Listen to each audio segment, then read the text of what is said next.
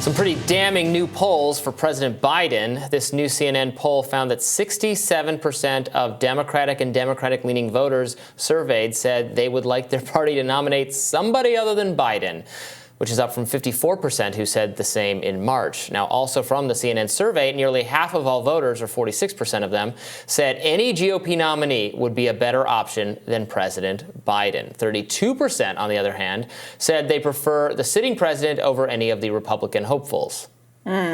Meanwhile, another poll found frontrunner Donald Trump is trampling Biden among the politically disaffected. Unlikely voters, Suffolk Full University USA survey published yesterday found Trump outperformed Biden in a hypothetical 2024 presidential election, polling at just over 27%, while Biden received 15%.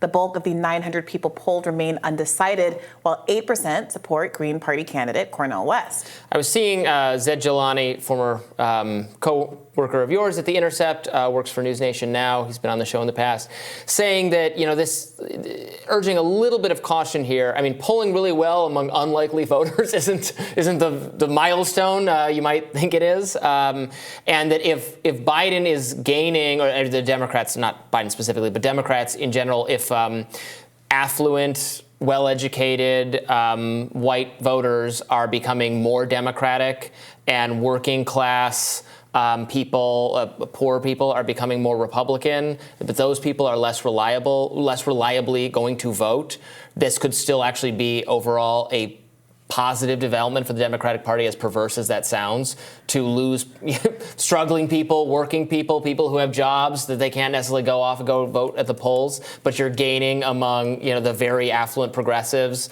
That could actually be a good thing. Well, I mean, who was it that back in 2016 said that for every blue-collar worker we lose, we pick up a soccer mom in Connecticut? Hillary Clinton? Is that who it was? No, it wasn't. It was someone. It was some other different. It was Chuck Schumer or somebody like that. Yeah, but, which did not work in 2016. It didn't work in 2016. So.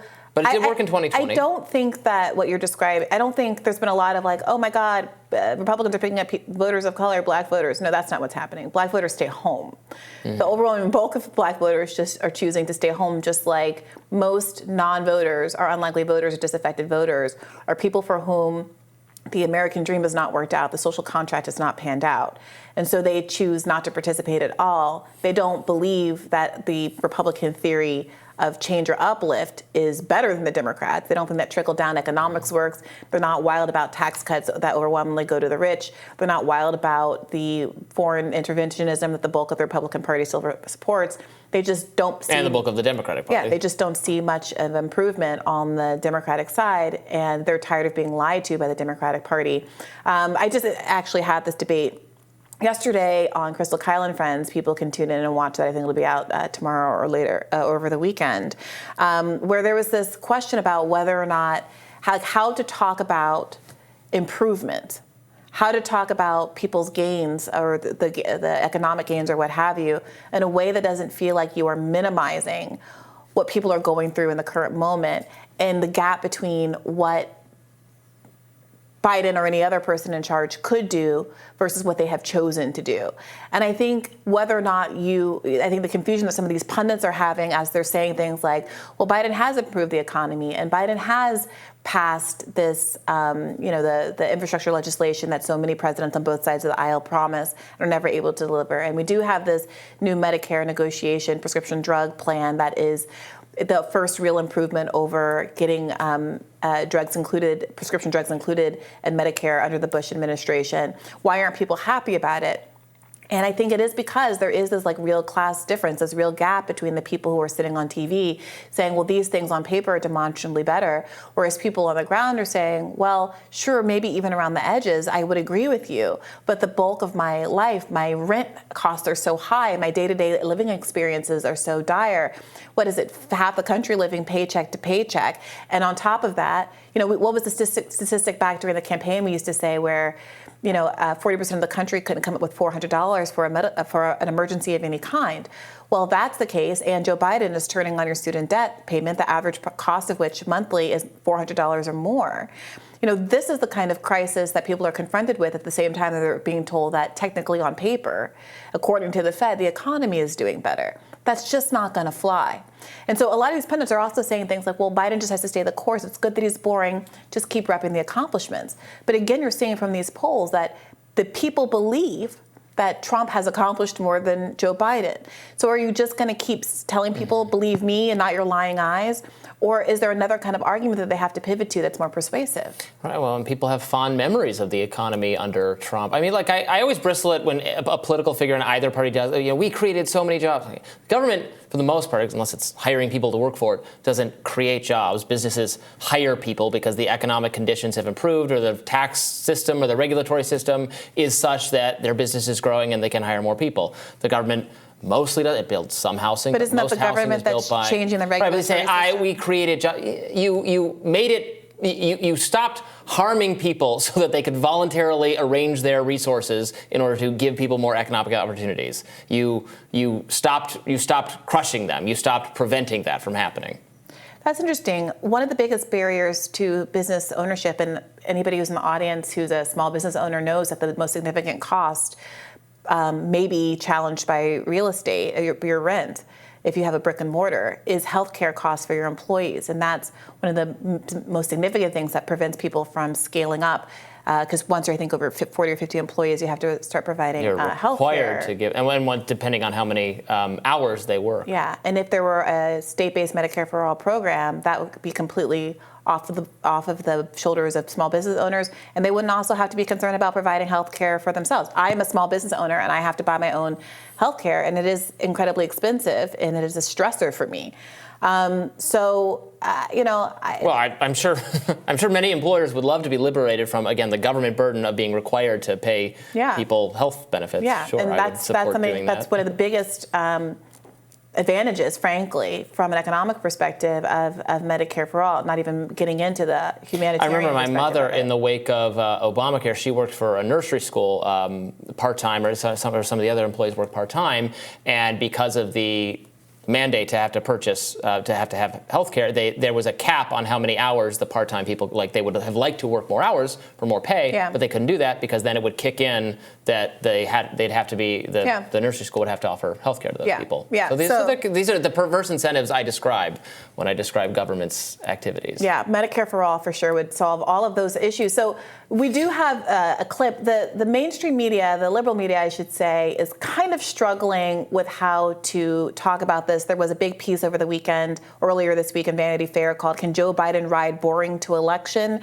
where folks are really kind of committing to this idea that the fact that he's boring and steady is a good thing, and he doesn't need to razzle dazzle, and people should just accept him as he is. He doesn't need to change anything from a messaging perspective. But there's obviously some dissonance where people just can't figure out why a chart on a graph showing the economy is improving, it doesn't seem to be translating into confidence in the public. Let's take a look at one of those clips. There's no reason he couldn't do it again. Donnie Deutsch, there was in that much discussed Wall Street Journal poll this week that has, Donald Trump up 46 points on Ron DeSantis, and in which 73% of Americans say Biden is too old. As we talk about this long list of achievements, including that news last week that was announced here, actually, about prescription drugs, that the Americans say that Trump, by 11 points, has a better record of accomplishment than Joe Biden. Think about that for a minute. And by 8 points, that he has a better vision for the future than Joe Biden, as all he does is talk about an election that happened 3 years ago. Yeah, that was the thing that jumped out at me on the economy, on immigration, on issues. Donald Trump on issues, and all this thing we talk about, cult of personality. But I just wonder if there's a blurring in there, in that because of his personality, that somehow that translates this kind of like screw everything, everything sucks, you suck, that somehow that umbrellas and becomes issues. Look, there was something that you guys said in that lead up, and I kind of want to bridge the gap a little bit between Joe and Mika, is not Donald Trump. That is, unfortunately, I think, going to be if I'm running the campaign, is the fear of the end of democracy, is the fear of a woman's right to choose, of the fear of basically who we are ending, and just make it quiet, competence, boring, to Molly's point, boring, yes, but versus the chaos, versus the uncertainty, the fear of where Donald Trump can take us unfettered in the next term. That's what we got. That's what we got. Is that enough? Making people afraid enough of Trump to vote for Biden? I mean, I understand why that's the playbook they would run. That's the playbook they ran in 2022 with a special focus on abortion, Mm-hmm. and that was the playbook they ran in 2020 with a special focus on how the press conferences he was giving with COVID were kind of embarrassing, and he was kind of like contradicting people in real time, and it looked very incoherent, even though, again, the policies were largely, the Operation Warp Speed was exactly what Democrats would have done, I think, or they certainly were happy to take credit for it later. And you got a lot of the lockdown and masking policies, even forced on the states, that I think subsequently the Democratic administration wanted. You got all that. So the argument, Trump's personality is chaotic. The argument that the government's was particularly chaotic in that way didn't really hold. I mean, I'm not saying I liked it. I didn't like it, but I don't know that it was chaotic. His tweeting is chaotic, and the media focuses on that. But yes, a lot of Americans who were Republicans or who are independent or who occasionally vote for Republicans, again, I think as of a perception that the economy can do better, even though I know a lot of people argue that the economy is sometimes very good under Democrats too, and Republicans spend just as much as Democrats and not more, and they do on defense and all that kind of thing. But people who would have voted Republican are just not. Some of them, the affluent suburban voters, are won over by the threat to democracy messaging, and are there enough of them to cancel out the lost people? On the abortion point, Trump has not been as aggressive as so many other Republican candidates. So I do think, yes, the fear of getting abortion rights stripped away is a real motivator. But if it's like a Nikki Haley, Donald Trump ticket, where Nikki Haley has said a lot of very measured things about it. You don't have to worry about that. It's not going to be. And Donald Trump has been very clear that he thinks that there's been overstepping on wanting to push for these federal abortion bans and stuff. Are they going to be able to whip up the same fervor against him as they would a, say, Ron DeSantis type of person, or even someone who seems to be willing to court a more right-wing section of the public's opinion, like Vivek Ramaswamy? I don't know. And the last thing I would say is that it is difficult as an incumbent because you're having to run on your actual most recent record. That being said, what the pundits there, I think, were characterizing as chaos is to a lot of people looks like fighting. Mm-hmm.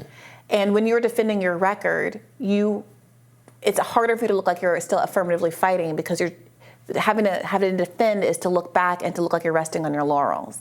And when you're talking about the future and criticizing the past, that is energy that feels prospective and like you're going to be fighting for improvement and not the status quo.